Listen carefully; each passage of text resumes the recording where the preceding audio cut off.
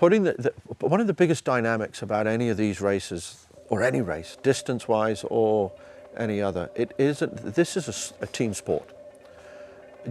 It's not common, really, for any boat to be sailed very short-handed, single-handed or double-handed.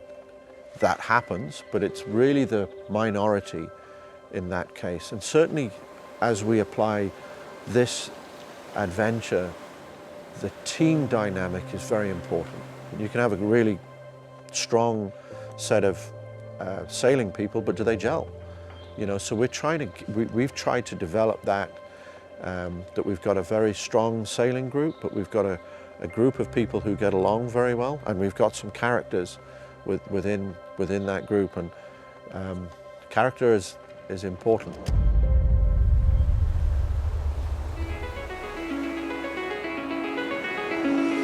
It's calling me, like the rain goes. It's calling me, like the rain goes. The rain goes.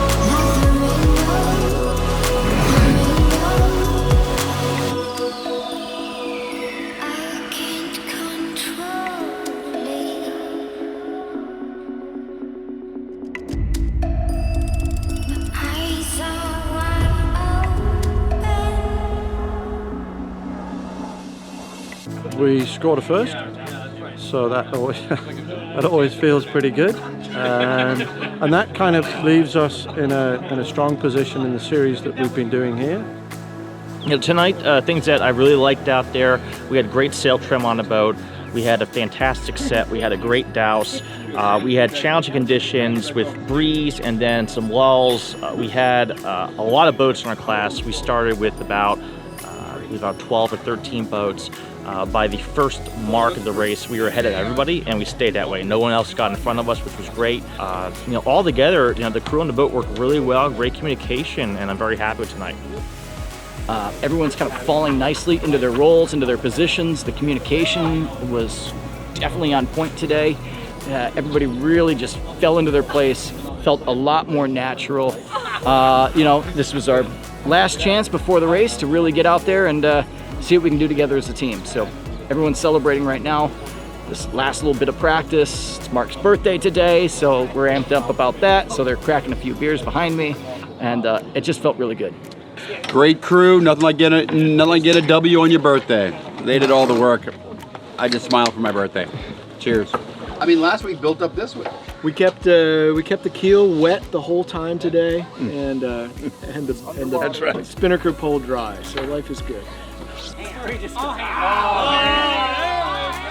It sets us up well. Confident, pretty happy. The boat setup is great. So it's just a question of putting it all together on the day. But confidence is high, morale is good. I don't know if you can see them in the background. They're all having a couple of beers and enjoying themselves, you know. And that's a big part of it as well. So onwards and upwards, and hopefully we'll get the job done.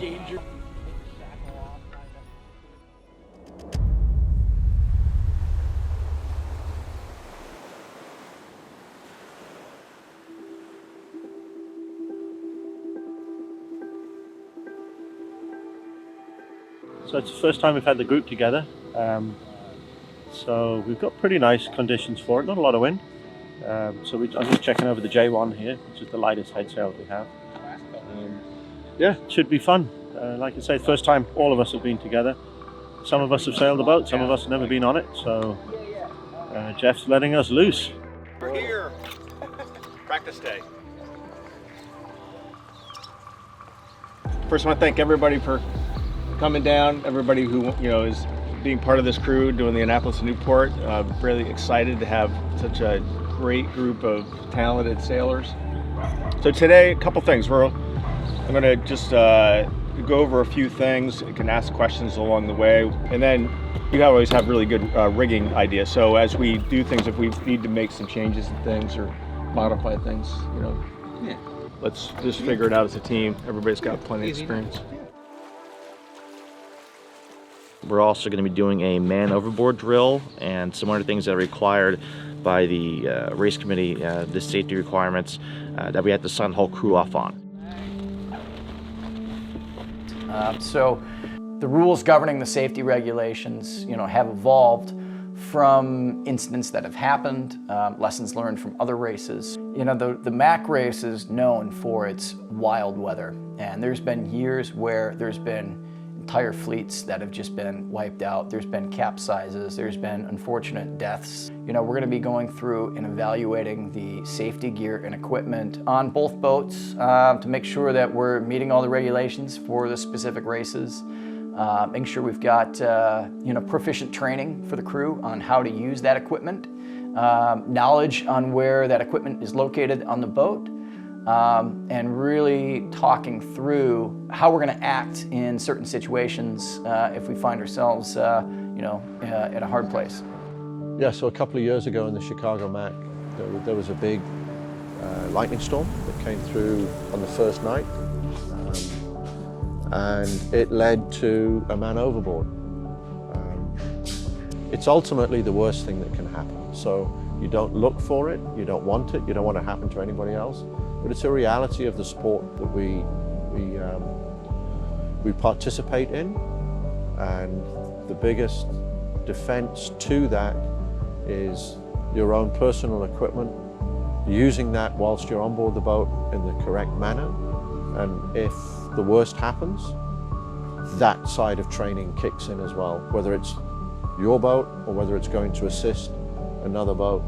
And I'm a big advocate of it, and it's a big part of our learning process and keeping up to date with techniques and equipment that's out there. So we have the best equipment on board, both personal and for the boat.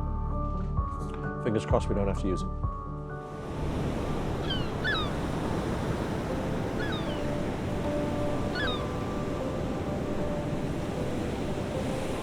So out of a couple things, we'll either could drop this down and be able to pull somebody out on a ladder here.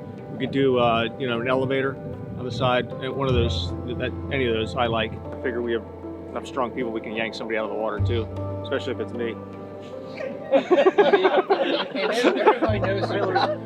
The key is stay on board, right? Always go forward on the high side is kind of my thing, but I don't, you guys have more experience than I do. Not to interrupt, but everybody knows the procedure if someone does go overboard. Whoever is the person that sees that person go overboard, you do not take your eyes off that person, period. And you point at them the entire time. And never take your eye. And everybody returns to their designated stations.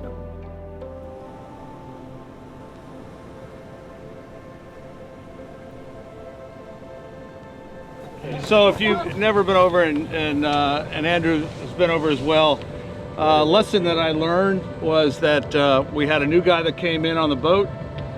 He was doing the offset trimming, so he had the guy, I was doing bow, and he had an override. And I was up cleaning up the bow with the jib, and when he freed the override, there was no backup, and the pole came flying forward, hit me, sent me flying off the boat. One thing that you never know is the boat's going like 7 miles an hour and it looks like it's doing 50. The first thing. Second thing is, always if you go over the side, if you think about it, when you come to the surface, brake with your hand, not your head. Because a lot of people go over the side and they're fine, but they rush to the surface and they hit their head on the bottom of the boat. So brake with your hand, and then if you can give a thumbs up and say you're okay, particularly daytime, just so the crew knows you're all right, is an important factor to take in. So. To add to that, I was designated diver on Wizard. We did Transpac, and I dove twice during the race to get rope off of it. And when the boats even slow down, when they know you're getting off the boat to dive the boat, 2 knots of boat speed, you can't swim that, not in waves. So, and that's me being alive trying to get back on the boat. So if someone's unconscious trying to get back on the boat, it's extremely hard. Yep.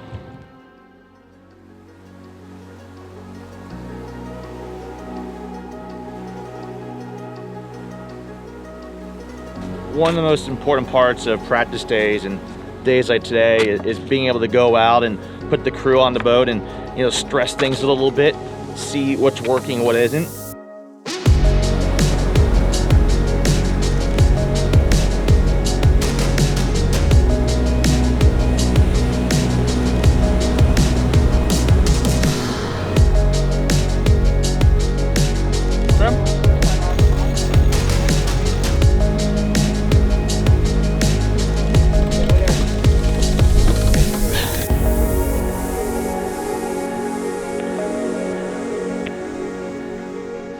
All electric winches, which is super nice, but we're not going to use those today because in the ocean we're probably not going to use them. You know, just waste power. But let me tell you, they're super nice. Once you use them, you never go back. Jeff's the only one that's authorized to use them. Hey, I was on an all-pro crew down in Mexico, and we had electric winches, and nobody even knew where a winch handle was. Didn't need it.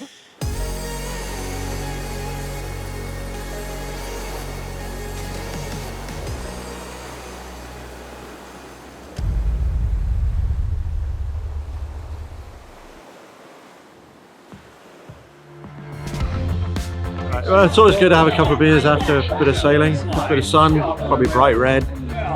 But yeah, the guys like to let off a bit of steam here right now, and it's good that David Walter's guys, Josh and Eric, they're laying on a little barbecue, some hot dogs, burgers and stuff like that. So a few beers, we'll enjoy the evening and then get back to work tomorrow. A great part of being a team is that we have fun outside of sailing, and that's why we're here today. We're having a little bit of a cookout. We just did a big practice run. We did a lot of maneuvers with the boat. We took the storm sails up. We did a lot of electronics calibrations, and now we're just going to relax, have a good time. And we're all friends outside of sailing as well. We did a lot of personal activities together, so it's just great to have, you know, the group together, you know, have a barbecue. Got to keep the crew fed, man. That's like 90% of racing is just making sure everyone's fed well. We're gonna do a little cookout here. We got some brats, some dogs, hamburgers, and one gourmet veggie burger. Just having that close degree of camaraderie amongst the crew is really essential. I mean, you know, it's one of these things that even all the time in the water just can't replace just a good dynamic between the crew. You've got to have the ability to kind of know what the other one's thinking. You got to know them on a personal level, so you can know their sort of their individual cues. You know, you can really get a sense for when somebody's kind of at their max. You know, these distance races, a lot of it is endurance. And so knowing when somebody's starting to feel fatigue and maybe not quite their own, I mean, you got to be able to identify those things. And just being tight as a crew is probably one of the best ways to kind of have a sense for, you know, who each other is even on the race course.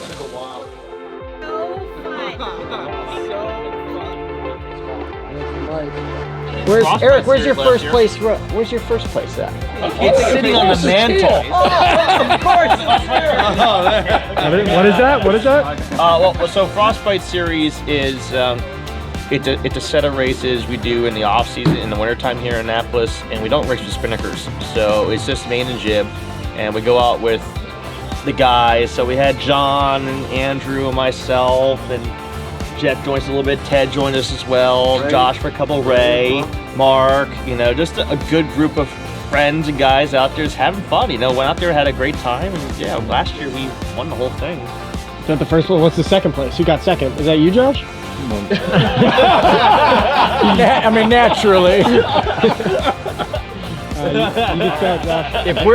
If there's one person we do have to thank for all of this being possible, it's got to be Andrew. Because Andrew, you not only had the idea to make this whole expedition happen, you really were integral in bringing this whole group together. So your support through it all, I mean, not only just for the races, but for the whole Italia program, David Walters Yachts and everything. Dude, that's for you. So cheers to Andrew. Cheers to everybody. And I'm gonna deflect to what I consider a more important one. And I'm gonna say to Jeff, Sarah, your family, thanks very much for sharing your boat with us and allowing us to have this experience with you. And for that, to the Kennedys. There you go. Kennedys.